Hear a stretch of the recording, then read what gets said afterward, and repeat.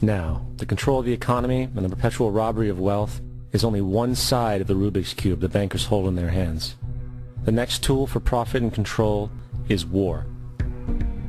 Since the inception of the Federal Reserve in 1913, a number of large and small wars have commenced. The three most pronounced were World War I, World War II, and Vietnam. World War I. In 1914, European wars broke out centered around England and Germany. The American public wanted nothing to do with the war. In turn, President Woodrow Wilson publicly declared neutrality. However, under the surface, the U.S. administration was looking for any excuse it could find to enter it. In a noted observation by Secretary of State William Jennings, the large banking interests were deeply interested in the World War because of the wide opportunities for large profits. It's important to understand that the most lucrative thing that can happen for the international bankers is war, for it forces the country to borrow even more money from the Federal Reserve Bank at interest. Woodrow Wilson's top advisor and mentor was Colonel Edward House, a man with intimate connections with the international bankers who wanted in the war. In a documented conversation between Colonel House, Wilson's advisor, and Sir Edward Grey, the Foreign Secretary of England, regarding how to get America into the war, Grey inquired, "What will Americans do if Germans sink an ocean liner with American passengers on board?" House responded, "I believe that a flame of indignation would sweep the United States, and that by itself would be sufficient to carry us into war." So, on May 7, 1915, on essentially the suggestion of Sir Edward Grey, a ship called the Lusitania was deliberately sent into German-controlled waters, where German military vessels were known to be. And, as expected, German U-boats torpedoed the ship, exploding stored ammunition, killing 1,200 people. To further understand the deliberate nature of this setup, the German embassy actually put advertisements in the New York Times telling people that if they boarded the Lusitania, they did so at their own risk, as such a ship sailing from America to England through the war zone would be liable to destruction. In turn, and as anticipated, the sinking of the Lusitania caused a wave of anger among the American population, and America entered the war a short time after. The First World War caused 323,000 American deaths. J.D. Rockefeller made $200 million off of it. Not to mention the war cost about $30 billion for America, most of which was borrowed from the Federal Reserve Bank at interest, furthering the profits of the international bankers. World War II. On December 7, 1941, Japan attacked the American fleet at Pearl Harbor, triggering our entry into that war. President Franklin D. Roosevelt declared the attack was a day that will live in infamy. A day of infamy indeed, but not because of the alleged surprise attack on Pearl Harbor. After 60 years of surfacing information, it is clear that not only was the attack on Pearl Harbor known weeks in advance, it was outright wanted and provoked. Roosevelt, whose family had been New York bankers since the 18th century, whose uncle Frederick was on the original Federal Reserve Board, was very sympathetic to the interests of the international bankers, and the interest was to enter the war, as we've seen, nothing is more profitable for international bankers than war. In a journal entry by Roosevelt's Secretary of War Henry Stimson, dated November 25, 1941, he documented a conversation he had with Roosevelt. The question was, how should we maneuver them into firing the first shot? It was desirable to make sure the Japanese be the ones to do this, so that there should remain no doubt as to who were the aggressors. In the months leading up to the attack on Pearl Harbor, Roosevelt had done almost everything in his power to anger the Japanese, showing a posture of aggression. He halted all of Japan's imports of American petroleum. He froze all the Japanese assets in the United States. He made public loans to nationalist China and supplied military aid to the British, both enemies of Japan in the war, which, by the way, is completely in violation of international war rules. And on December 4th, 3 days before the attack, Australian intelligence told Roosevelt about a Japanese task force moving towards Pearl Harbor. Roosevelt ignored it.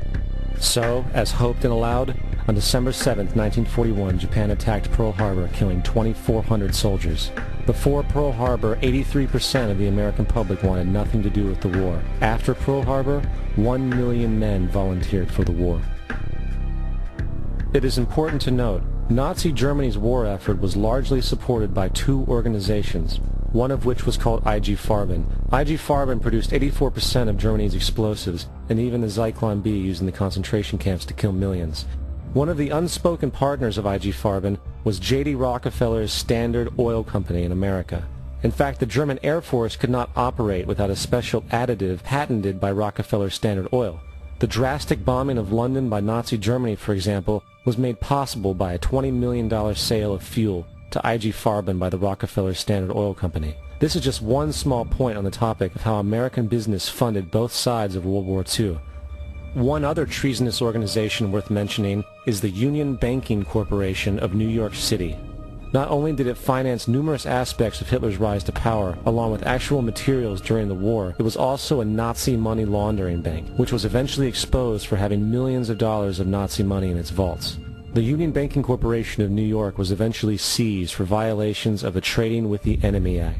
Guess who the director and vice president of the Union Bank was? Prescott Bush, our current president's grandfather, and of course our former president's father. Keep that in mind when considering the moral and political dispositions of the Bush family. Vietnam.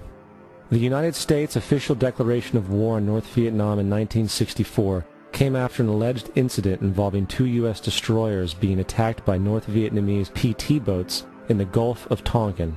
This was known as the Gulf of Tonkin incident. This single situation was the catalytic pretext for massive troop deployment and full-fledged warfare. One problem, however, the attack on the U.S. destroyers by Vietnamese PT boats never happened. It was a completely staged event to have an excuse to enter the war. Former Secretary of Defense Robert McNamara stated years later that the Gulf of Tonkin incident was a mistake, while many other insiders and officers have come forward, relaying that it was a contrived farce, a complete lie. Once in the war, it was business as usual. In October 1966, President Lyndon Johnson lifted trading restrictions on the Soviet bloc, knowing full well that the Soviets were providing upwards of 80% of North Vietnam's war supplies. Consequently, Rockefeller interests financed factories in the Soviet Union, which the Soviets used to manufacture military equipment and send it to North Vietnam. However, the funding of both sides of this conflict was only one side of the coin. In 1985, Vietnam's rules of engagement were declassified. This detailed what American troops were and were not allowed to do in the war. It included absurdities like North Vietnamese anti-aircraft missile systems could not be bombed until they were known to be fully operational. No enemy could be pursued once they crossed the border of Laos or Cambodia. And most revealing of all, the most critical strategic targets were not allowed to be attacked unless initiated by high military officials. Apart from these imposed ludicrous limitations, North Vietnam was informed of these restrictions and therefore could base entire strategies around the limitations of the American forces. This is why the war went on so long. And the bottom line is this: the Vietnam War was never meant to be won, just sustained. This war for profit resulted in 58,000 American deaths and 3 million dead Vietnamese. So, where are we now? September 11th was the jumpstart for what is now an accelerated agenda by the ruthless elite. It was a staged war pretext no different than the sinking of the Lusitania, the provoking of Pearl Harbor, and the Gulf of Tonkin lie. In fact, if 9/11 wasn't a planned war pretext, it would be an exception to the rule. It has been used to launch 2 unprovoked illegal wars, one against Iraq and one against Afghanistan. However, 9/11 was a pretext for another war as well, the war against you. The Patriot Act, Homeland Security, the Military Tribunals Act, and other legislations are all completely and entirely designed to destroy your civil liberties and limit your ability to fight back against what is coming. Currently in the United States, unannounced to most brainwashed Americans, your home can be searched without a warrant, without you being home. You can in turn be arrested with no charges revealed to you, detained indefinitely with no access to a lawyer, and legally tortured, all under the suspicion that you might be a terrorist. If you need a painted picture of what is happening in this country, let's recognize how history repeats itself.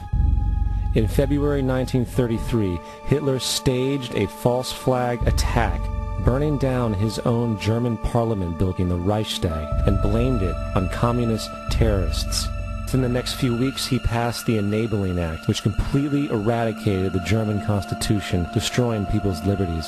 He then led a series of preemptive wars, all justified to the German people as necessary to maintaining homeland security.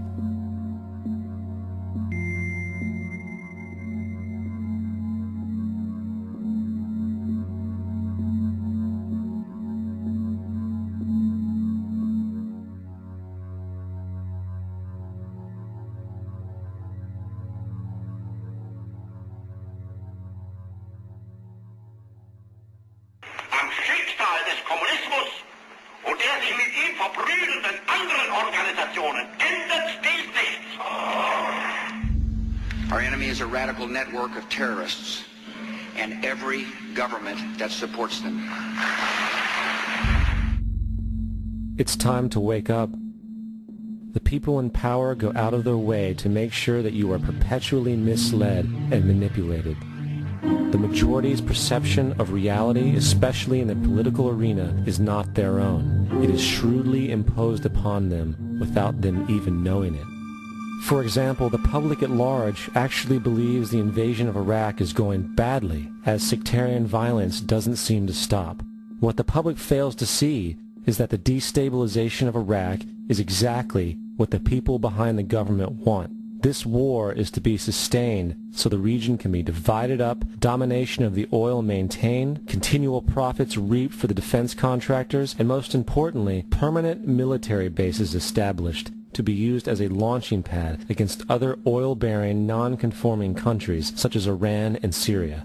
For further implication that the civil war and destabilization is purely intentional, in 2005, 2 elite British SAS officers were arrested by Iraqi police after being caught driving around in their car shooting at civilians while dressed up as Arabs.